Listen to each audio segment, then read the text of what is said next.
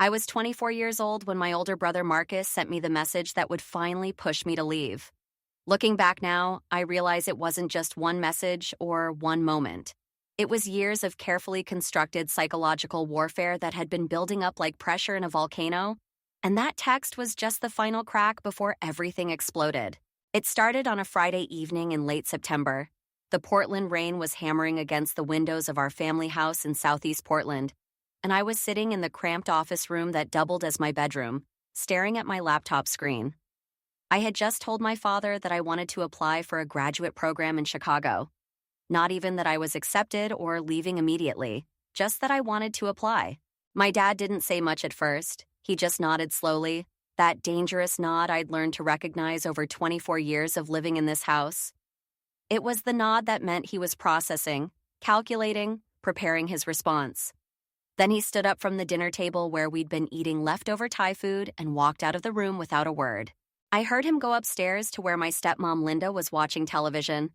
I heard the murmur of voices, though I couldn't make out words. Then I heard something that made my stomach drop. Linda's voice, rising in pitch and volume. She wasn't yelling yet, but she was getting there. 5 minutes later, she came storming down the stairs. Her face was flushed red, and her eyes had that wild look they got when she was about to have what my brother and I privately called one of her episodes. She burst into my room without knocking, a boundary that had never existed in this house. "How could you?" she screamed, and actual tears were streaming down her face. "After everything I've done for you, I took you in when your mother abandoned you. I raised you like my own son. And this is how you repay me?" For context, my biological mother didn't abandon me. She died when I was 9 years old in a car accident. Linda married my father 2 years later, and she'd spent the last 13 years rewriting that history to make herself the savior of my tragic childhood story. "Linda, I just want to apply to a program," I said, trying to keep my voice level and calm. I'd learned that showing any emotion, positive or negative, only made things worse. "It's just an application. I might not even get in." "Don't you Linda me," she snapped. "I'm your mother. You call me Mom." This was a long-standing battle. I'd never called her Mom, not once in 13 years, and she knew it drove her absolutely insane. But the word stuck in my throat every time. It felt like a betrayal of my actual mother's memory. "I'm sorry," I said instead, which was always the safer option. "I didn't mean to upset you. Can we talk about this calmly?" But she was already spiraling. She launched into a 20-minute monologue about sacrifice and ingratitude, about how she'd given up her own dreams to raise me and Marcus, who was actually her biological son, 6 years older than me, about how I was selfish and cruel and didn't understand what it meant to be part of a family. I sat there and took it because that's what I'd been doing for years. I made my face blank, my body language neutral, my responses minimal. It was a survival technique I'd perfected. The less reaction I gave, the faster these episodes usually burned out. Finally, she left my room, slamming the door so hard that my desk rattled. I sat in the silence for a few minutes, my heart pounding, trying to collect myself. Then my phone buzzed. It was Marcus. The first message just said, "Bro, what did you do?" Then, before I could even respond, another message came through. "Linda is losing it upstairs." And then another, "Dad's pissed too." I started typing a response, trying to explain, but then I saw the 3 dots indicating he was typing again. I waited. What came next was a wall of text that I had to read 3 times before I could really process what I was seeing. "You know what, Jake? I'm so tired of your drama. You always do this. You always have to be the victim and make everything about you. Linda is literally upstairs crying because of you, and you don't even care. You're so selfish. You think you're better than all of us because you went to some state university and got a degree. Well, guess what? That doesn't make you special. You're still the same screwed-up kid whose mom died and nobody really wanted. I know Dad only kept you around because he felt guilty. And Linda tried so hard with you, but you never appreciated it. You never even tried to love her back. You're broken inside and you blame everyone else for your problems. Remember when you had that breakdown freshman year and had to take medical leave? That's because you're weak. You can't handle real life. And now you want to run away to Chicago? Go ahead. Leave. We'll all be better off without you around bringing everyone down. Actually, you know what would be really great? If you just disappeared completely. Not even to Chicago. Just gone. I bet nobody would even miss you. Sarah didn't miss you when she broke up with you. She told me she was relieved to get away from you, said you were clingy and pathetic.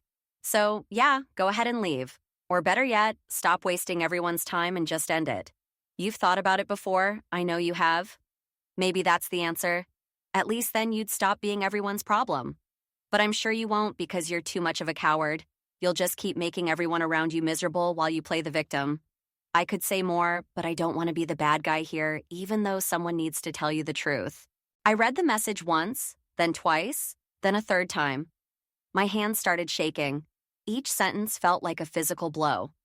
The thing about psychological abuse is that it targets the doubts you already have about yourself. Marcus knew exactly where my weak spots were because we'd grown up together, because he'd watched me struggle through my freshman year breakdown, because he'd been there when Sarah ended our 3-year relationship 8 months ago. I took a screenshot of the message. I don't know why that was my first instinct, but I'm glad it was. I saved it to my photos, then uploaded it to my Google Drive, then emailed it to myself. Some part of my brain, the part that was still capable of rational thought despite the emotional hurricane happening inside me, knew I needed documentation. Then I just sat there, staring at my phone screen, reading the message over and over again. The worst part was that some of it landed. Some of it hit the target perfectly. I did have a breakdown freshman year. I did have to take medical leave. Sarah did break up with me, and even though she'd never said those things to my face, maybe she had said them to Marcus. Maybe I was clingy and pathetic. My door opened again. This time, it was Marcus himself, standing in the doorway with his phone in his hand and a smirk on his face. At 28, my brother was everything I wasn't. He was confident, successful in his tech sales job, charismatic with people. He still lived at home, but that was presented as him being smart and saving money, not as a failure to launch. "Did I hurt your feelings?" he asked, his voice dripping with fake concern. He walked into my room without being invited, invading my space the same way Linda had. "You look upset." I didn't say anything. I couldn't trust my voice not to shake, and I didn't want to give him the satisfaction. "Come on, Jake," he continued, sitting down on my bed like he owned it. "Don't be so sensitive. I'm just being honest with you. Someone has to tell you the truth, right? You can't just keep living in this fantasy world where everyone's against you." He reached over and flicked the side of my head, hard enough that it actually hurt. "Hello, anybody home in there?" I flinched away from him, and he laughed. That's when Linda appeared in the doorway again. "What's going on?" she asked, but she was smiling now. The tears were gone, replaced by this gleeful expression that made my stomach turn. "Just having a chat with little brother here," Marcus said, trying to talk some sense into him. Linda laughed, actually laughed. "Marcus, you're terrible," she said, but her tone was affectionate, proud even. "Leave the poor baby alone."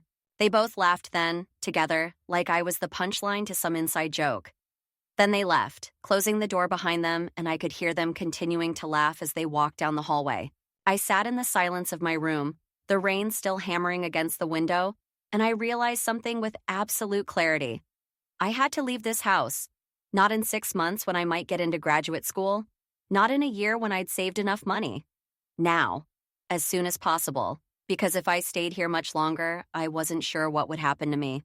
The scary thing about long-term psychological abuse is that it erodes your sense of reality. You start to believe the things they say about you. You start to think that maybe you are the problem. Maybe you are broken beyond repair. Maybe you deserve this treatment. And once you believe that, you stop trying to escape because you think you don't deserve better. But something about seeing that message written out, about having it documented in black and white, made it real in a way it hadn't been before. This wasn't normal. This wasn't what family looked like. This was abuse, and I needed to get out. I spent that night lying in bed, not sleeping, just thinking. I made mental lists of what I needed to do, what I needed to take with me, where I could possibly go. I had about $800 in my checking account from my part-time job at the university library. I had my 10-year-old Honda Civic that barely ran but would get me somewhere. I had a laptop, some clothes, and not much else.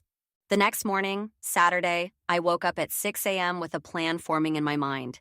I knew Marcus usually slept until noon on weekends. Linda and my dad usually went grocery shopping Saturday mornings around 9. That gave me a window. I got up and started quietly gathering things. I had an old hiking backpack from a camping trip years ago that I'd never returned. I stuffed it with clothes, choosing practical things rather than sentimental ones.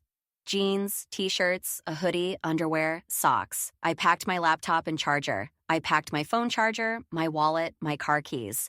I packed a folder of important documents, birth certificate, social security card, immunization records, college transcripts.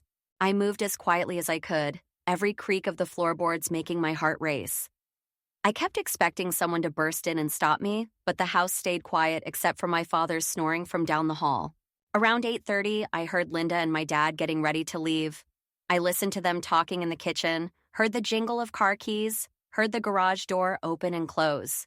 I waited another 5 minutes to be sure, then I grabbed my backpack and headed for the front door. I almost made it. I had my hand on the doorknob when I heard Linda's voice behind me. "And just where do you think you're going?" I turned around. She'd come back inside. I don't know why. Maybe she forgot something. Maybe she sensed something was off. She stood there in the entryway, her eyes moving from my face to the backpack on my shoulder, and I watched the realization dawn on her face. "You're leaving," she said, and her voice was deadly quiet. That was scarier than the yelling somehow. "I just need some space," I said, trying to keep my voice steady. "I'm going to stay with a friend for a few days." "What friend?" she demanded. "You don't have any friends. Sarah won't take you back. We both know that. So, where are you really going?" "It doesn't matter," I said. "I'm an adult. I can leave if I want to." That's when her face changed. The mask of concerned stepmother dropped completely, and what was underneath was something cold and furious. "You ungrateful little piece of garbage," she hissed. "After everything we've done for you. We took you in when no one else wanted you. We fed you, clothed you, put a roof over your head. And this is how you repay us?" She moved toward me, and I backed up against the door. She grabbed a decorative vase from the entryway table, one of those expensive crystal things she was always worried about people breaking. "You want to leave?" she screamed, her voice reaching that familiar pitch that made something in my chest tighten. "Fine, leave, but you're nothing without us. You'll be back here begging in a week. You can't survive on your own." She threw the vase. I ducked and it shattered against the doorframe, crystal shards scattering across the hardwood floor. One piece hit my arm, leaving a thin red line that started to bleed. "You're worthless," she continued, and she was fully screaming now. "Your mother would be ashamed of you. She died and left you with nothing, and we picked up the pieces. We saved you, and you're throwing it all away." I didn't respond. I couldn't. I just turned around, yanked open the door, and ran. I ran to my car, threw my backpack in the passenger seat, and started the engine with shaking hands. In my rearview mirror, I could see Linda standing in the doorway, still yelling, though I couldn't hear the words anymore over the sound of my own heart pounding in my ears. I drove. I didn't know where I was going. I just drove. I ended up at a rest stop about 40 minutes outside of Portland, pulled into a parking space, and finally let myself fall apart. I cried for maybe 20 minutes, big gasping sobs that left me exhausted and empty. When I finally calmed down enough to think, I realized I had no idea what to do next. I had nowhere to go. The friend I'd mentioned to Linda didn't exist. I'd been planning to figure that part out after I escaped. But now that I was actually out, the reality of my situation hit me hard. I pulled out my phone and started searching. That's how I found the number for a local men's crisis center about an hour away in Salem. I called them, my voice still shaky from crying, and explained my situation. They told me to come right away, that they had space available. As I drove to Salem, my phone started buzzing with messages. Marcus, Linda, my dad. I didn't read them. I just turned my phone on silent and kept driving. The address the crisis center gave me led to a nondescript building on the outskirts of Salem, Oregon. From the outside, it looked like it could have been an office building or maybe a small medical clinic. There was no sign, no indication of what it actually was, which I learned later was intentional for security reasons. I sat in my car in the parking lot for 10 minutes before I could make myself go inside. Part of me still felt like I was overreacting, like I should just go back home and apologize and try to make it work. That's what abuse does to you. It makes you doubt your own perception of reality, makes you think that maybe you're the problem, maybe you deserve it, maybe it's not actually that bad. But then I looked down at my arm, at the thin cut from the crystal vase, and I thought about Marcus's message still saved on my phone. And I knew I couldn't go back. Not now. Maybe not ever. The woman who answered the door when I finally worked up the courage to knock was probably in her mid-50s. with gray streaked hair pulled back in a practical ponytail and kind eyes that crinkled at the corners. Her name tag said, Carol. "You must be Jake," she said warmly. "Come on in, you're safe here." Those 4 words, "you're safe here," made something in my chest crack open. I hadn't realized how much I needed to hear that until someone actually said it. Carol led me through a security door into what looked more like a small apartment complex than what I'd imagined a shelter would look like. The main common area had comfortable couches, a large television, bookshelves filled with paperbacks and board games, and a kitchen area where I could smell something cooking. "Let me show you around," Carol said. "We have space for up to 12 men here at any given time. Right now we have 9, including you. Everyone gets their own room with a private bathroom. We provide meals, toiletries, clothing if you need it, and most importantly, support services." She walked me down a hallway, pointing out different rooms as we went. "That's the laundry room. That's our computer room where you can work on resumes or job applications. That's the group therapy room, and this." She opened a door at the end of the hall. "This will be your room." It was small but clean. A single bed with a plain blue comforter, a desk, a chair, a small dresser, and a door leading to a private bathroom. The window had bars on it, which should have felt prison-like, but instead felt secure, safe. "I know the bars look intense," Carol said, noticing where I was looking. "But they're there to protect you. No one can get in through that window, which means no one from your past can find you here uninvited." I nodded, not trusting myself to speak yet. I set my backpack down on the bed, and Carol gave me a moment to collect myself. "So here's how things work," she continued, sitting down in the desk chair while I perched on the edge of the bed. "You can stay here for up to 45 days while you get back on your feet. During that time, we ask that you participate in daily activities. We have group therapy 3 times a week, individual counseling twice a week, and job search workshops. We also have a house meeting every Sunday where everyone gathers to discuss concerns or suggestions." She handed me a folder full of papers. "This has all the rules and guidelines, the schedule, contact information for various services, and some resource guides. The main rules are pretty simple. No drugs or alcohol on the premises, no violence or threats of violence. Respect everyone's privacy and boundaries. Participate in assigned activities and help maintain the common areas."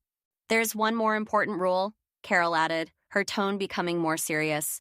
"You can't tell anyone from your previous situation where you are. Not your family, not old friends, nobody. I know that might feel extreme, but it's for your own safety and the safety of the other residents here." "I understand," I managed to say, my voice coming out rough. "Trust me, I don't want them to know where I am." Carol smiled sympathetically. "I know this all seems overwhelming right now, but you've taken the hardest step, which was getting out and asking for help. Everything from here gets a little bit easier, I promise." After Carol left, I sat in my room for a while, just processing everything. The cut on my arm had stopped bleeding, and I cleaned it in the bathroom, watching my reflection in the mirror. I looked terrible. My eyes were red and swollen from crying, my hair was a mess, and I had this haunted expression that I barely recognized. I'd brought so few clothes with me that I realized I was going to need to do laundry pretty much immediately. Everything I owned was now in that one backpack. My entire life reduced to about 20 pounds of belongings. There was a knock on my door around noon. A guy about my age, maybe mid-20s, stood in the hallway with a friendly smile. He had sleeve tattoos on both arms and a nose ring, and he looked like someone who'd seen some tough times but had come through it okay. "Hey man, I'm Devin," he said. "Carol asked me to come check on you, see if you wanted some lunch. We're making grilled cheese in the kitchen." I followed Devin to the common area, where 3 other guys were gathered around the kitchen counter. They introduced themselves as Marcus, which made me do a double take, but obviously he wasn't my Marcus. Thomas and Alejandro. Ages ranged from early 20s to maybe late 40s. They were surprisingly normal, which I guess shows how warped my perceptions had become. I'd expected everyone in a men's crisis shelter to be visibly damaged somehow, but these were just regular guys who'd had some bad situations in their lives. We sat around the kitchen table eating grilled cheese and tomato soup, and they asked me basic questions about where I was from, what I did for work. Nothing too intrusive. "First day is always the weirdest," Devin said, pushing a bowl of soup toward me. "Tomorrow you'll feel a bit more settled. By day 3, you'll realize this place is actually pretty chill." "How long have you been here?" I asked. "About 5 weeks," he said. "I'm actually leaving next Tuesday, got a job lined up in a room in a house with some other guys. My dad was the problem in my situation. He got drunk and put me in the hospital. I'm not going back. The casual way he said it, like he was talking about the weather, was somehow both horrifying and comforting. These guys had all been through their own versions of hell, and they'd survived. They were making it work. That first night, I barely slept. Every sound in the unfamiliar building made me jolt awake, convinced someone had found me. But each time I woke up, I looked around at the small safe room with its barred window, and I reminded myself, I'm out. I did it. I'm safe. The next day, Sunday, I attended my first house meeting. All 9 residents gathered in the common area along with Carol and another staff member named David. We went around in a circle sharing one positive thing from our week and one goal for the coming week. When it got to me, I struggled to think of anything positive. Finally, I said, I got out. That's positive. And my goal for this week is to not go back. Several guys nodded like they understood exactly what I meant. Devin reached over and patted my shoulder. That's a solid goal, man. Stick to it. The routine of the shelter was structured but not oppressive. Breakfast was at 7:30, and everyone took turns cooking throughout the week. Lunch was around noon, usually simple stuff we could make ourselves. Dinner was at 6, and that was the meal where we all ate together as a group, which was actually kind of nice once I got used to it. On Monday, I had my first individual counseling session with a therapist named Dr. Patricia Martinez. She was younger than I expected, maybe in her late 30s, with a direct but kind manner that put me somewhat at ease. So, Jake, she said, settling into her chair with a notepad, tell me what brought you here. I pulled out my phone and showed her Marcus's message. She read it slowly, her expression becoming more serious as she scrolled through. Have you received other messages like this? She asked. Not exactly like this, I said. Marcus has said stuff before, but never all laid out like that. Usually it's more subtle, little comments here and there about how I'm not good enough, how I'm screwing up, how disappointed they are in me. And your stepmother? You mentioned she threw a vase at you when you tried to leave. I showed her the cut on my arm, which was healing but still visible. We talked for the full hour about my family situation, and Dr. Martinez helped me start to see patterns I'd normalized over the years. The constant criticism, the gaslighting, the way they'd isolated me from friends, the financial control, the invasion of privacy. Jake, what you've experienced is a classic case of emotional and psychological abuse with some physical abuse as well, she said gently. The fact that you recognized it and got yourself out shows incredible strength. It doesn't feel like strength, I admitted. It feels like I'm running away, like I'm being a coward, just like Marcus said. That's the abuse talking, Dr. Martinez said firmly. Leaving an abusive situation isn't cowardice. It's survival. It's strength. And the fact that your brother tried to convince you otherwise in that message just proves that he knew you were becoming strong enough to leave and he wanted to stop you. That perspective shift was huge for me. I'd spent so many years internalizing the idea that I was weak, that I was the problem, that I couldn't handle things. Starting to see that leaving actually required strength, not weakness, was the beginning of rewiring my entire self-concept. Group therapy on Tuesday was intense. There were 5 of us in the session, including me, Devin, and Alejandro. The facilitator, a soft-spoken man named Robert, had us talk about our triggers, the things that could send us back into old patterns of thinking or behaving. For me, it's phone calls from unknown numbers, Devin said. My brain immediately goes to worst-case scenario, convinced it's my dad somehow finding me. Raised voices, Alejandro added. Doesn't matter if people are just excited about something good. The second I hear yelling, my whole body tenses up. When it was my turn, I thought about it. Text messages, I said finally. Every time my phone buzzes with a text, I panic thinking it's going to be another one like the message from my brother. Even though I blocked their numbers, I still get anxious. That's completely normal, Robert said. Trauma rewires our brains to be hypervigilant about threats. The good news is we can rewire them again, but it takes time and practice. We worked on grounding techniques, ways to calm ourselves when triggered.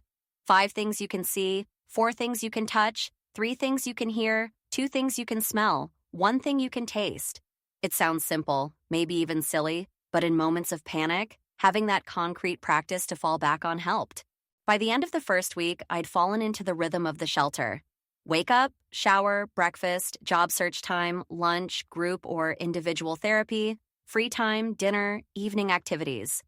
It was structured in a way my life hadn't been in years, and there was something comforting about that. One evening, I was sitting in the common area with Thomas, who was 52 and had escaped from an abusive marriage. He was working on a job application on one of the shelter's computers, and I was reading through the resource guide Carol had given me. "Can I give you some advice?" Thomas asked, looking over at me. "Sure," I said. "Apply for everything," he said. "Even if you don't think you're qualified, even if you don't think you'll get it, apply anyway. The worst they can say is no, and you need as many options as possible right now. Don't limit yourself." I took his advice. I spent hours in the computer room every day, applying for jobs. Library positions, since I had experience there, administrative assistant roles, data entry, customer service, anything and everything that might get me a steady paycheck and help me move toward independence. I also started looking into local community colleges and state universities. I'd left school with about 2.5 years of credits toward my bachelor's degree, but I'd been on medical leave for so long that I'd lost my spot at my original university. Dr. Martinez helped me see that maybe that wasn't such a bad thing. A fresh start somewhere my family didn't know about might actually be safer. Around day 12, I got my first call back for an interview. It was for a part-time position at a bookstore in downtown Salem, and they wanted me to come in that Friday. "What should I wear?" I asked Devin, who was helping me prep. I didn't exactly pack interview clothes when I left. "We have a donation closet," Devin said. "Carol keeps business casual clothes for exactly this reason." Carol helped me pick out a button-down shirt and a pair of khakis that fit reasonably well. We talked about what to say if they asked about my employment gap or why I'd left school. "Be honest but general," Carol advised. "You can say you had some family difficulties that required you to step away from school, but you're now in a more stable situation and looking to get back on track. Most employers will respect that." The interview went better than I expected. The bookstore manager, a woman named Evelyn, was probably in her 60s and had this grandmotherly warmth that reminded me painfully of my actual grandmother who'd passed away when I was 16. "I see you have some library experience," she said, looking at my sparse resume. "That's perfect for us. We need someone who actually enjoys books and can talk to customers about recommendations." I told her what Carol had coached me to say about my situation, keeping it vague but honest. She nodded sympathetically. "Everyone goes through difficult times," Evelyn said kindly. "What matters is that you're taking steps to move forward. When can you start?" I started the following Monday, working 25 hours a week at $10 an hour. It wasn't much, but it was something. It was income, independence, a foothold in building a new life. The guys at the shelter threw me an impromptu celebration that night, making a chocolate cake from a box mix and putting a candle in it. "To new beginnings," Alejandro said, raising a glass of soda like it was champagne. "To getting out and staying out," Devin added. We ate cake and watched a terrible action movie on the common area TV, and it was one of the first times since leaving home that I felt something like happiness. Around week 3, I had what Dr. Martinez called a grief episode. I was in my room after dinner, scrolling through old photos on my phone, and I came across pictures from before my mom died. Me as a little kid, maybe 7 or 8, with my mom and dad at the beach. We looked happy. We were a normal family once. I spent that whole evening crying, not for the abusive household I'd just left, but for the family I'd lost when my mom died. For the father who'd changed after her death, who'd become distant and allowed Linda to take over. For the childhood I should have had but didn't. Dr. Martinez helped me understand that this grief was necessary, that I needed to mourn what I'd lost before I could fully move forward. We talked about my mom, about my memories of her, about how her death had shattered my sense of security and made me vulnerable to the abuse that came after. "Your mother would want you to be safe and happy," Dr. Martinez said. "She would be proud of you for getting out of that situation. You're honoring her memory by refusing to accept abuse." That reframing helped. I started thinking about my escape not as abandoning my family, but as saving myself, which is what my mom would have wanted. By week 4, I was in a solid routine. Work at the bookstore 3 days a week, job searching and applications the other days, therapy twice a week, group sessions, house meetings. I was saving every penny I could, knowing I'd need first and last month's rent plus deposit when my 45 days at the shelter were up. Devin left as planned, and we all said goodbye to him at a small gathering. He gave me his phone number and told me to stay in touch. "You're going to be okay, man," he said, pulling me into a brief hug. "You've got this." Watching him leave was bittersweet. I was happy for him, but it also reminded me that my time at the shelter was limited. I needed a plan for what came next. With about 2 weeks left at the shelter, I started actively looking for housing. Salem wasn't a huge city, but finding something affordable on my bookstore salary was proving difficult. Carol connected me with a social worker named Angela who specialized in helping people find transitional housing. "There are a few options," Angela explained during our meeting. "There's a transitional housing program through the county that offers reduced rent for up to 6 months while you get fully on your feet. There's also a roommate matching service that pairs people who need affordable housing. And then there's always Craigslist, though that's more hit or miss." I applied for the county program but was told there was a waiting list. The roommate matching service came through first. Angela set me up with a meeting with a guy named Robert, 63 years old, who owned a small house in a quiet neighborhood on the south side of Salem. Robert was retired from being a high school science teacher, and he decided to rent out one of his extra bedrooms to help cover his mortgage. And, as he put it, to have someone around who's not a cat. He had 3 cats, as it turned out, which was fine with me. "I'm not looking for a friend," Robert said directly when I met him at his house for the first time. "I'm looking for a respectful tenant who pays rent on time and doesn't cause problems. I keep to myself mostly. I'm usually in bed by 9 because I'm old and boring." His bluntness was actually refreshing after weeks of tiptoeing around difficult emotions in therapy. We talked logistics. He wanted $550 a month, which included utilities and internet. The room was small, but had good natural light and a closet. We'd share the main bathroom, and I could use the kitchen anytime. "I travel a lot," Robert said. "I have kids and grandkids scattered around the country, so I'm gone probably 1 week a month visiting them. When I'm gone, you'll have the whole place to yourself except for the cats, who'll need to be fed." "I can definitely do that," I said.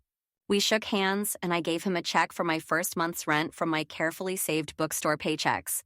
I'd move in on the 1st of November, which gave me a week overlap with the shelter in case anything went wrong. I spent my last week at the shelter in what Dr. Martinez called transitional anxiety. Part of me was excited about having my own space, about the next chapter of my life. But another part of me was terrified of leaving the safety and structure of the shelter. "This is totally normal," Dr. Martinez assured me during our final session. "You've spent over a month in a protected environment where you felt safe. Moving back out into the world feels risky. But you have tools now that you didn't have before.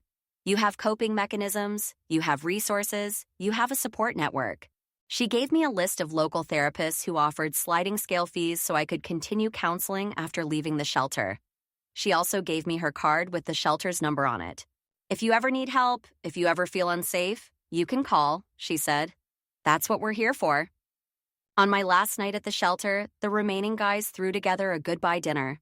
Alejandro made his grandmother's recipe for enchiladas.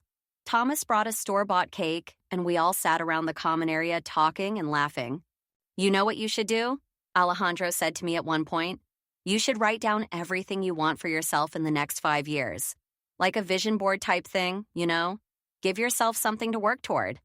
That night, alone in my shelter room for the last time, I took his advice.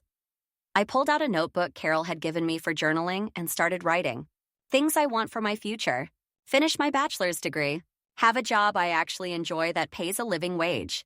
Have my own apartment, not just renting a room. Have friends who actually care about me. Be in therapy until I feel like I've processed everything. Learn to trust people again. Maybe, eventually, have a healthy romantic relationship. Feel safe in my own life. Stop flinching when I hear raised voices. Build a life my mom would be proud of. I read back over the list, and it felt both impossible and necessary. These weren't just wants, they were needs. These were the things I deserved but had never had. Moving into Robert's house was surreally normal. He helped me carry my few belongings, which had expanded slightly thanks to donations from the shelter, into the small bedroom.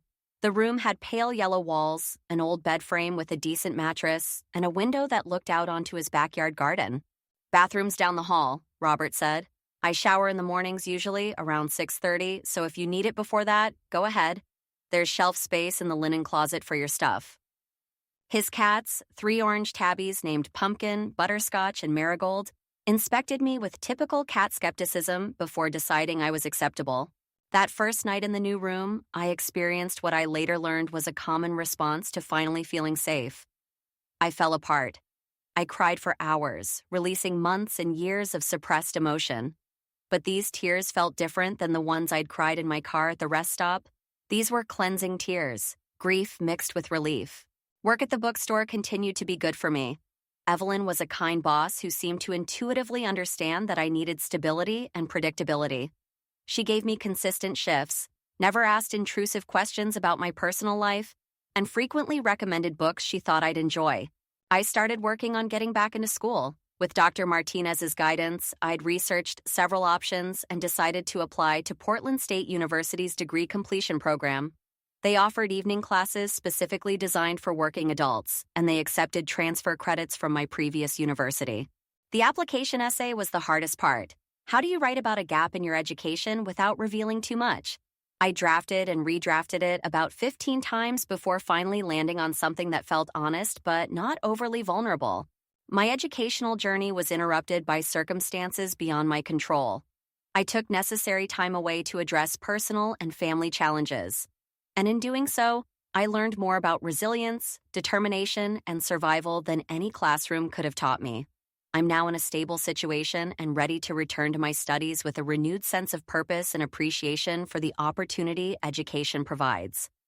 My ultimate goal is to work in library science and information management, helping others access the resources and knowledge they need to build better lives. I submitted the application in early November and tried not to obsess over whether I'd get in.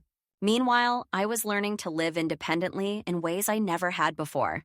At home with Linda and my dad, everything had been controlled. I'd never cooked for myself because Linda insisted on making all meals, and would get angry if I used the kitchen without permission. I'd never managed my own laundry because there was a strict schedule for when I could use the washer and dryer. I'd never had control over my own schedule because Linda wanted to know where I was at all times.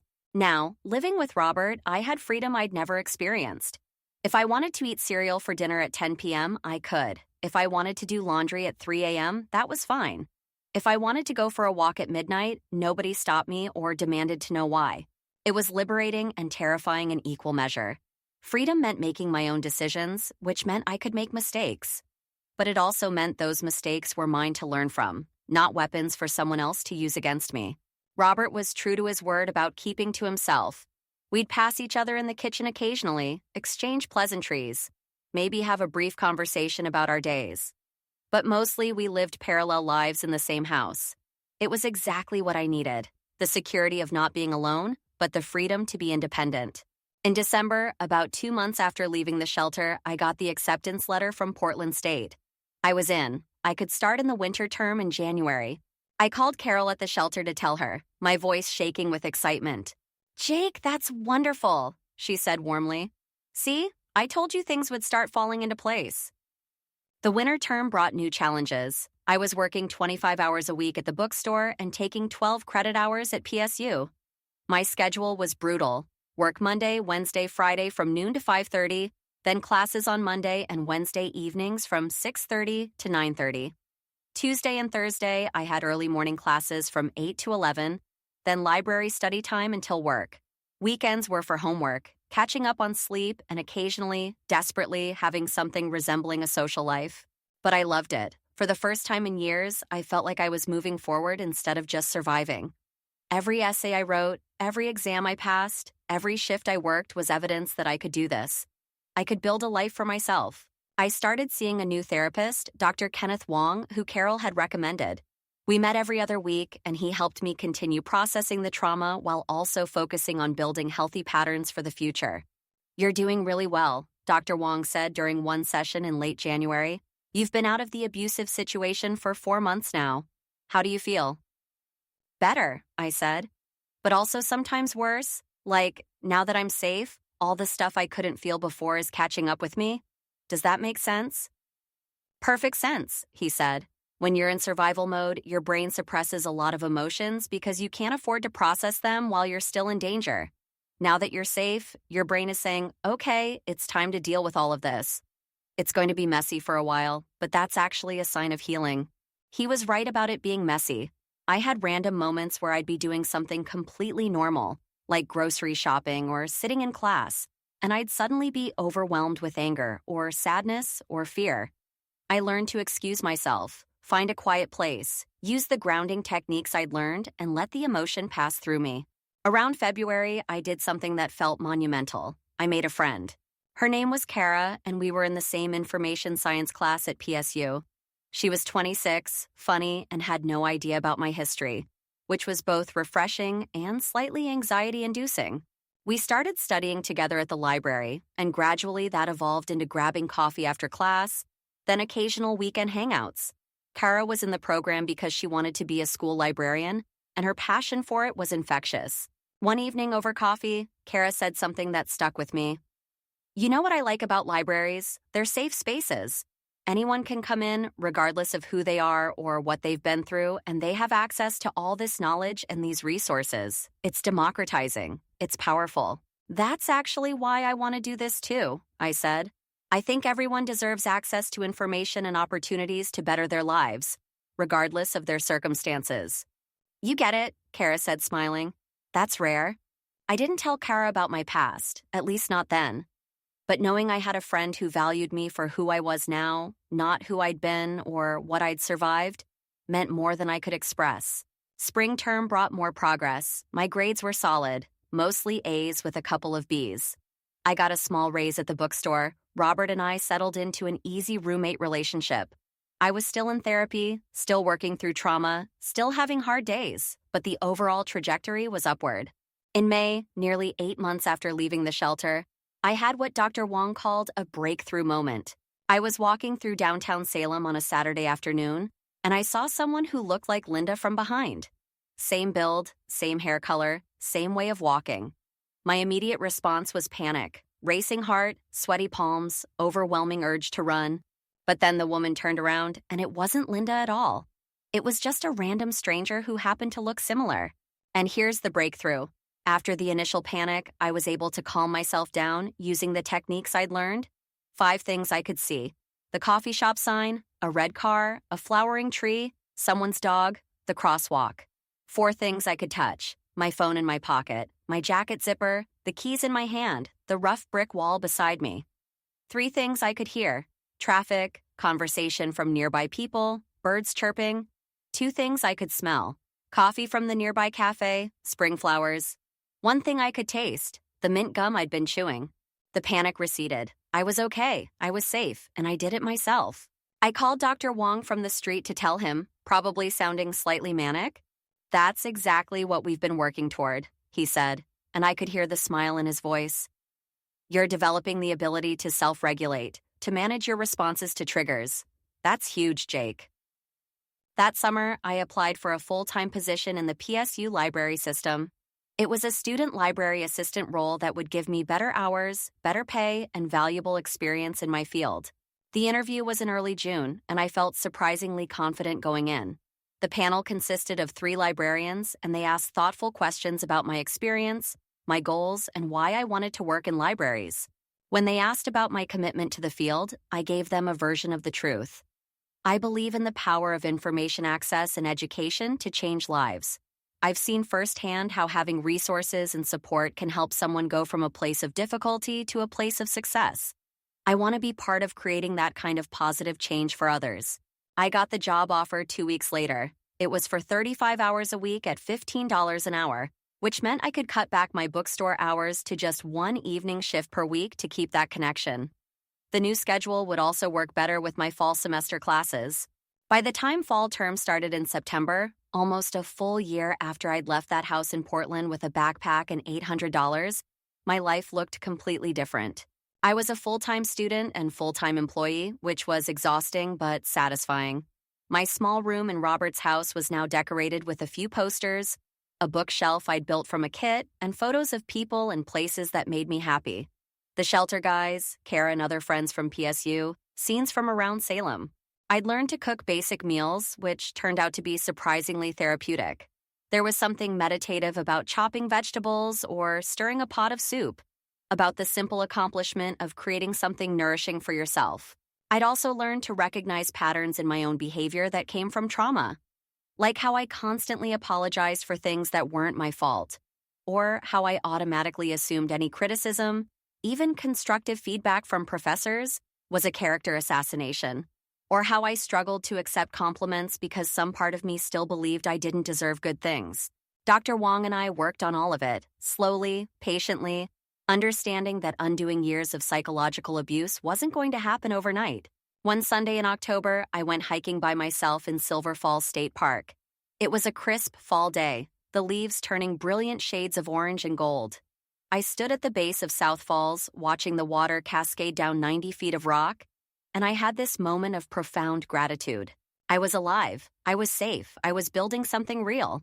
I pulled out my phone and took a photo of the waterfall, then opened my notes app and wrote, "1 year ago, I didn't think I would survive. Today, I'm not just surviving, I'm living." To anyone who's in a situation like I was, you can get out. You can build something new. It won't be easy, but it's possible. You're stronger than they told you. You're worth more than they made you believe. And you deserve safety, respect, and love. I saved the note, thinking maybe someday I'd share it publicly, maybe help someone else who was where I'd been. That November, I hit a milestone. I'd been out of that house for 14 months. It felt significant somehow, over a year of independence and growth. To celebrate, Kara suggested we go out for dinner. We went to a Thai restaurant downtown, and over pad thai and spring rolls, she asked me something she'd been curious about for months. "Jake, I don't want to pry, but I've noticed you never talk about your family. Is that a difficult topic?" I took a breath. We'd been friends for 9 months now, and she'd shared parts of her life with me. It felt like maybe it was time to share parts of mine. "It's complicated," I said carefully.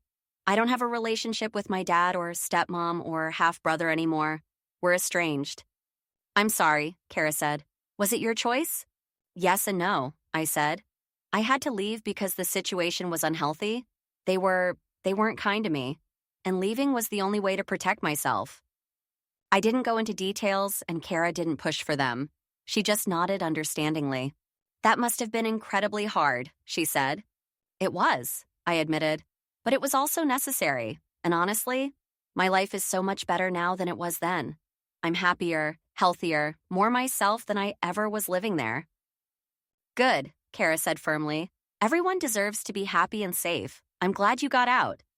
That conversation marked a subtle shift in our friendship. Kara knew a bit more about my reality now, which meant I could be a bit more authentic with her. I didn't have to pretend I had a normal family background or make up stories about holiday plans. The holidays that year were different. I'd spent the previous year's holidays, my first out of that house, working as many shifts as possible to avoid thinking about them. This year, Robert invited me to join him for Thanksgiving with his daughter's family in Bend. "You don't have to," he said, "but if you don't have other plans, you're welcome to come. They're a loud bunch, fair warning, but they're good people." I accepted, nervous but wanting to experience what a functional family gathering looked like. Robert's family was indeed loud. His daughter Sarah, her husband Tom, and their 3 kids ages 6, 9, and 12 created a cheerful chaos that was completely foreign to me. They welcomed me warmly, no weird questions about why I was there or who I was, just acceptance. Watching Robert with his grandkids, seeing the easy affection and the jokes and the way they clearly all enjoyed being together, showed me what I'd missed out on. But instead of making me sad, it gave me hope. This kind of family existed. These kinds of relationships were possible. On the drive back to Salem, Robert said something that surprised me. "You know, when Angela first suggested you as a potential tenant, I was skeptical. Young guy, clearly dealing with some stuff. I worried it might be complicated. But you've been a great roommate, Jake. Quiet, respectful, keeps to yourself but friendly when we do interact. I'm glad you're here." "Thanks, Robert," I said, meaning it. "I'm glad I'm here too." Winter term brought new classes and new challenges. I was taking a course on library services for diverse populations, which ended up being unexpectedly emotional. We discussed creating safe spaces for vulnerable populations, homeless individuals, abuse survivors, undocumented immigrants, LGBTQ+ youth. For my final project, I proposed a program model for a library-based support group for young adults who'd experienced family estrangement or abuse. I interviewed staff from the Men's Crisis Center where I'd stayed. Carol was thrilled to participate. researched best practices, and created a comprehensive proposal. My professor, Dr. Aisha Johnson, called me to her office after I submitted it. "Jake, this is excellent work," she said. "Have you considered actually implementing something like this? I have contacts at several library systems who might be interested." "Really?" I asked, surprised. "Really," she confirmed. "This is the kind of innovative programming that libraries should be doing. Community support, resource connection, safe space creation. It's exactly what we need more of." That conversation planted a seed. Maybe I could actually create something positive from what I'd been through. Maybe my experience could help others. By spring of my second year out, I'd found a rhythm. I was excelling academically, performing well at my library job, maintaining friendships, going to therapy less frequently but still regularly, and generally just living. Not just surviving anymore, actually living. One Saturday in April, I was working a shift at the bookstore. I'd kept one Saturday shift because I genuinely enjoyed it and the extra money helped. When a guy came in looking for books on family estrangement. He looked stressed, maybe mid-20s, clearly struggling with something. I helped him find several resources, including a book called Done with the Crying about healing from toxic families. As I was ringing up his purchase, I found myself saying something I'd never said out loud to a stranger before. "I left my family about 18 months ago," I said quietly. "It was the hardest thing I've ever done, but it was necessary.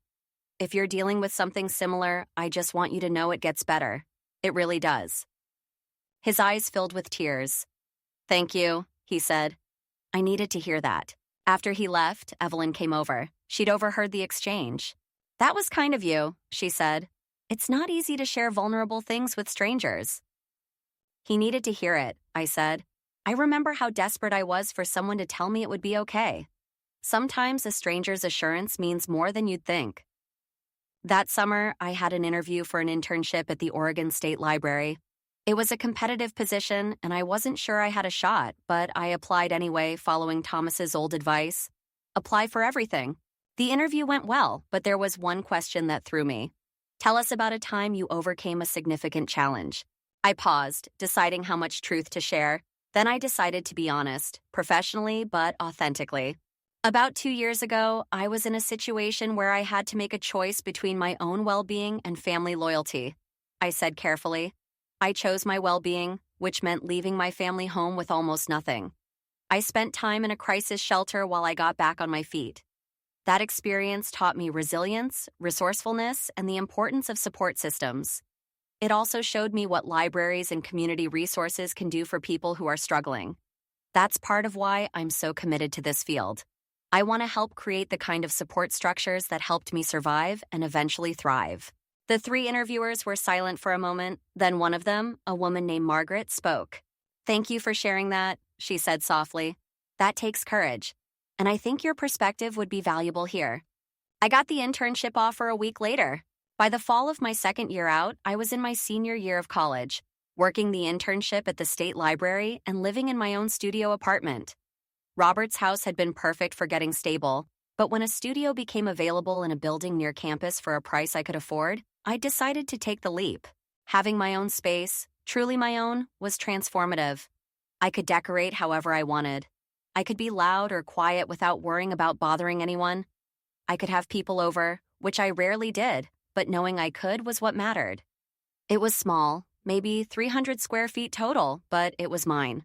Kara helped me move in, along with a couple other friends from school. We ordered pizza, assembled my secondhand furniture, and hung curtains on the windows.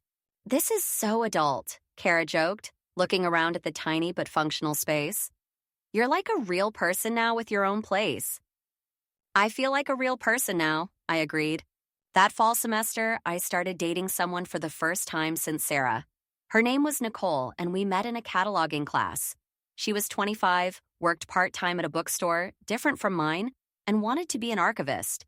Dating after trauma is weird. Every time Nicole did something kind, I waited for the other shoe to drop. Every time we had a minor disagreement, I braced for cruelty. But it never came. Nicole was just nice, normal, healthy. We dated for about 3 months before I felt ready to tell her about my background. We were at her apartment watching a movie when she mentioned something about visiting her parents for Thanksgiving. "Are you going to see your family?" she asked casually. I don't have contact with my family anymore, I said, the phrase easier now after 2 years of practice. Oh, Nicole said, and I could see her recalibrating. I'm sorry, I shouldn't have assumed. It's okay, I said. It's just complicated. I had to cut contact for my own well-being. We talked about it more, and I gave her a general overview without all the traumatic details. She listened, asked thoughtful questions, and didn't judge. That sounds really hard, she said. But I'm glad you did what you needed to do to be safe. And for what it's worth, you seem like you're doing really well now. I am, I said, realizing it was true. I really am. Nicole and I eventually broke up amicably after about 8 months. We wanted different things for the future. She wanted to move back to her hometown in California eventually, and I was settled in Oregon. But the relationship taught me that I was capable of being with someone in a healthy way, that not all connections were toxic, that I could trust someone and be vulnerable without getting destroyed. In the spring of my senior year, about 2.5 years after leaving that house in Portland, I was working on my capstone project. I'd expanded my earlier proposal about library support groups into a full implementation plan, complete with funding models, partnership strategies, and evaluation metrics. Dr. Johnson connected me with the Multnomah County Library System in Portland, and they were interested in piloting a program based on my work. It would be a monthly support group hosted at the Central Library for young adults, ages 18 to 30, who'd experienced family estrangement, abuse, or difficult home situations. The irony wasn't lost on me. I was going back to Portland, the city I'd fled from, to create something positive from what I'd survived. Are you okay with this? Dr. Wong asked during one of our now monthly therapy sessions. Going back to Portland, even if just for meetings about the program? I think so, I said. Portland's a big city. The chances of running into any of them are minimal. And even if I did, I'm not that same scared person anymore. I'm stronger now. The pilot program launched in June, just after I graduated with my bachelor's degree in library and information science. My name was printed in the program booklet as Jake Morrison, program developer, and seeing it made me feel a surge of pride. The first session had 8 participants. We sat in a circle in a private meeting room at the Central Library, and I facilitated a discussion about our experiences and what we hoped to get from the group. My mom kicked me out when I was 19, one participant, a young woman named Jasmine, said. That was 4 years ago, and I still don't know how to do normal things like doctor's appointments or taxes because she never taught me. My parents were fine with me until I came out as gay, said Marcus. Yes, another Marcus, which I was used to by now. Then suddenly, I was an abomination, and they gave me a week to leave. I was 20. Each person's story was different, but the themes were heartbreakingly similar. Rejection, abuse, control, and the aftermath of learning to survive and then hopefully thrive. I left my family about 3 years ago, I shared during my turn. It was the hardest decision I've ever made, but it was also the best decision. I ended up in a crisis shelter, then transitioned to independent living, finished my degree, and now I get to do work that I hope helps other people in similar situations. The thing I want you all to know is that it does get better. The first year is rough, I won't lie about that. But you build new support systems, you learn who you are outside of their narrative about you, and you create a life that's actually yours. After the session, several participants came up to talk to me individually. Jasmine asked if I could recommend resources for learning basic adult skills. Marcus wanted to know more about my experience with therapy. A guy named Chris just thanked me for creating the space. I thought I was the only one, Chris said. I thought there was something wrong with me because I had to cut off my family. But hearing everyone's stories, knowing I'm not alone, that helps a lot. Driving back to Salem that night, I called Carol at the crisis center. How'd it go? She asked. Really good, I said. Scary but good. There were 8 people, and they were all so brave just showing up. I remember how hard it was for me to walk through your door that first day.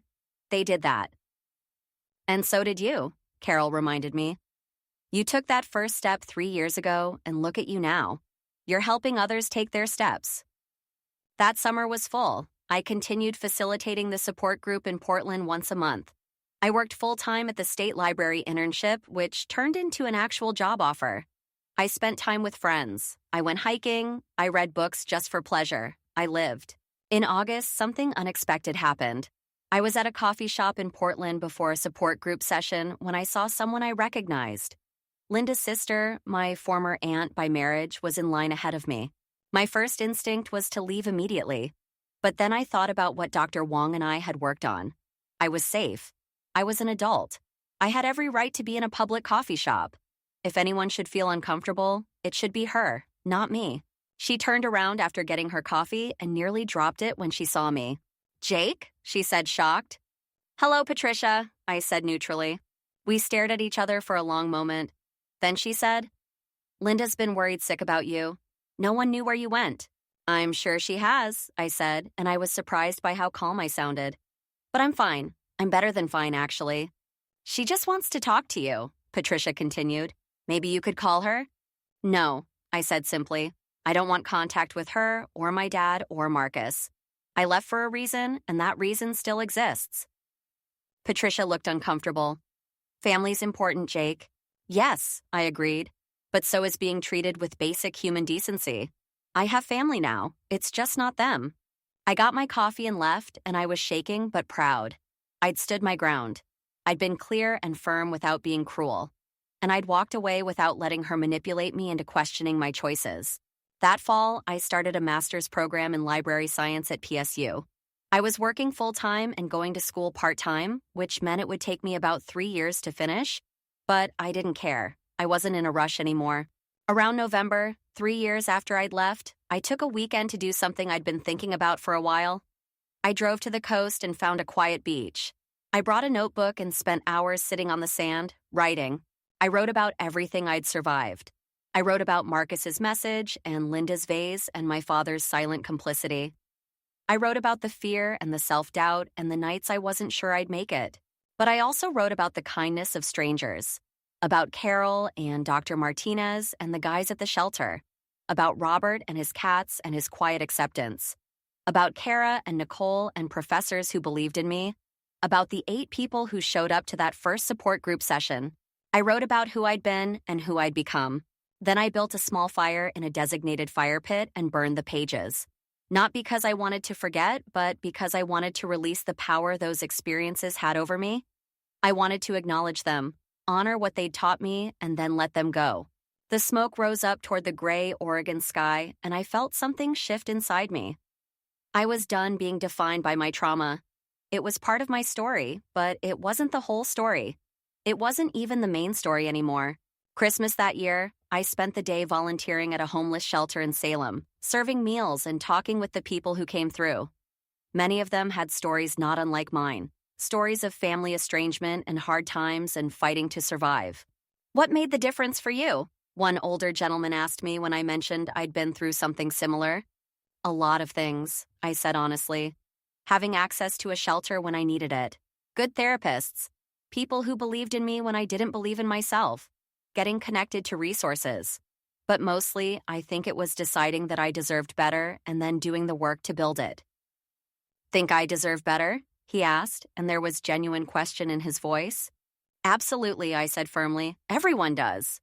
By spring of that 4th year out, I was working as a full-time librarian, taking graduate classes, facilitating the support group monthly, and living independently.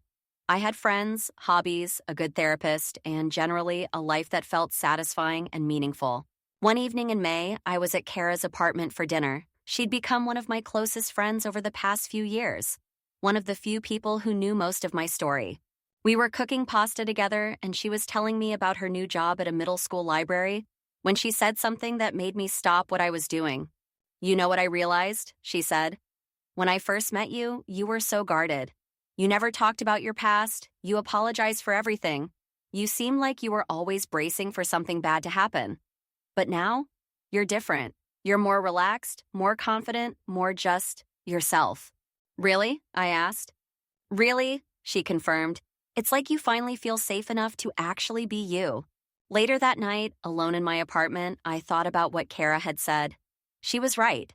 Somewhere along the way, I'd stopped performing survival and started actually living. I pulled out my phone and looked at that list I'd written 3 years ago in the shelter, the list of things I wanted for my future. Finish my bachelor's degree? Done. Have a job I actually enjoy that pays a living wage? Done. Have my own apartment? Done. Have friends who actually care about me? Done. Be in therapy until I feel like I've processed everything? In progress, but good progress. Learn to trust people again, mostly done. Maybe eventually have a healthy romantic relationship. Working on it. Feel safe in my own life? Done. Stop flinching when I hear raised voices? Done.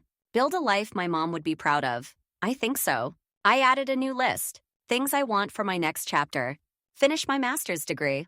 Maybe publish something about support services for estranged young adults. Continue growing the support group program. Find a romantic partner who's healthy and kind. Eventually, maybe, consider forgiveness, not reconciliation, just releasing resentment. Keep building a life I'm proud of. Help as many people as I can. Stay in recovery. Remember that I'm enough. Be happy. That summer, 4 years after leaving, I was asked to speak at a conference about library services for vulnerable populations. I gave a presentation about the support group program, and during the Q&A, someone asked me how I'd come up with the idea. I took a breath and decided to be fully honest. I came up with the idea because I needed it, I said. 4 years ago, I left an abusive family situation with almost nothing. I ended up in a men's crisis shelter, and that place saved my life. The support I received there, the resources I was connected to, the validation that what I'd experienced was real and serious, all of that made it possible for me to rebuild. This support group program is my way of paying that forward. It's my way of creating for others what was created for me, a safe space to be seen, heard, and supported. After the presentation, at least a dozen people came up to talk to me. Some wanted information about implementing similar programs. Some wanted to share their own stories of family estrangement. Some just wanted to thank me for speaking openly about something that's often treated as shameful or taboo. A woman probably in her 50s approached me with tears in her eyes. "My son hasn't spoken to me in 3 years," she said. "I didn't understand why, but listening to you, hearing about what you went through, I think I'm starting to see it. I wasn't a good mother. I was controlling and critical, and I pushed him away. I just wanted you to know that hearing your story is making me reflect on my own behavior. Thank you for that." I didn't know how to respond to that, so I just said, "I hope you and your son can find peace, whatever that looks like for both of you." That fall, I met someone. His name was Daniel. He was 32, a high school English teacher, and we met at a friend's backyard barbecue. We started dating casually, then more seriously, and 6 months in, I found myself thinking this might be something real. Daniel knew about my past because I'd learned that hiding it only created more problems down the line. He listened without judgment, asked thoughtful questions, and never pushed me to reconcile with my family or tried to fix things. "You're one of the strongest people I know," Daniel said one evening as we were cooking dinner in my apartment. "What you survived and how you built yourself back up, that's incredible."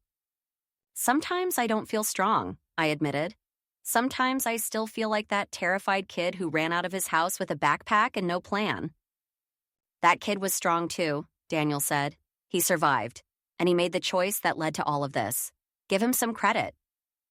5 years after leaving, I was invited back to speak at the crisis center where I'd stayed. Carol, who was still there, had asked if I'd be willing to talk to current residents about life after the shelter. I stood in front of a group of 9 men ranging in age from 19 to 53, all of them in various stages of crisis and recovery, and I shared my story. "When I came here 5 years ago, I didn't think I was going to make it," I said honestly. "I was convinced I'd made a huge mistake leaving my family, that I'd end up homeless or worse. I couldn't see a future that felt possible." I looked around at their faces, seeing my own fear and desperation reflected back at me. "But here's what I want you to know. You can build something from this. You can create a life that feels safe and satisfying and yours. It won't happen overnight. It won't be linear. You'll have setbacks and hard days and moments where you question everything. But if you keep moving forward, if you accept help, if you do the work, you can get there." I told them about the support group, about finishing my degrees, about my job and my apartment and my friends and my relationship. Not to brag, but to show them what was possible. The you that you are right now, sitting in this shelter, feeling scared and uncertain, that person has everything they need to build something amazing, I continued. Because you've already demonstrated the most important quality, survival. You got out. You asked for help. That takes incredible courage and strength. Everything else builds from there. After the talk, several guys came up to talk to me. One of them, a young guy, maybe 21, said something I'll never forget. "You give me hope," he said quietly. "Thank you for coming back. Thank you for showing us it's possible." That night, driving back to Salem, I called Dr. Wong. I think I'm done, I said. Done with what? He asked. Done with intensive therapy. I mean, I'll still come in occasionally for tune-ups, but I don't think I need regular sessions anymore. I feel solid, like I've built something strong enough to stand on its own. I've been waiting for you to recognize that, Dr. Wong said, and I could hear the smile in his voice. You've done incredible work, Jake. I'm proud of you. Now, 6 years after leaving, I'm 29 years old. I have a master's degree in library science. I work as a youth services librarian, helping teenagers access resources and information. I facilitate the support group that's now expanded to 3 locations across Oregon. I live in a 1-bedroom apartment that I decorated myself. I have a cat named Pumpkin. Yes, named after one of Robert's cats. Daniel and I are engaged. We're getting married next summer in a small ceremony with friends, but no family, which is exactly what I want. I still have hard days. I still have moments where I hear my brother's voice in my head telling me I'm worthless. I still flinch sometimes when people raise their voices, though it's rare now. I still go to therapy occasionally when I need to process something. But mostly, I'm happy. Genuinely, sustainably happy. I have people in my life who care about me. I have work that I find meaningful. I have a future that feels full of possibility rather than dread. Sometimes people ask me if I regret cutting off my family. The answer is no. I regret that I had to make that choice. I regret that I didn't have the family I deserved. I regret the trauma and the years of psychological damage. But I don't regret leaving. Leaving saved my life. To anyone reading this who's in a situation like I was, you can get out. You can survive this. You can build something beautiful from the wreckage. It won't be easy, but it's possible. You're stronger than you know, and you deserve so much better than what you're experiencing. The you that survives this moment will be someone you're proud to become. Trust that. Trust yourself. You're worth saving. You're worth the fight, and you're not alone.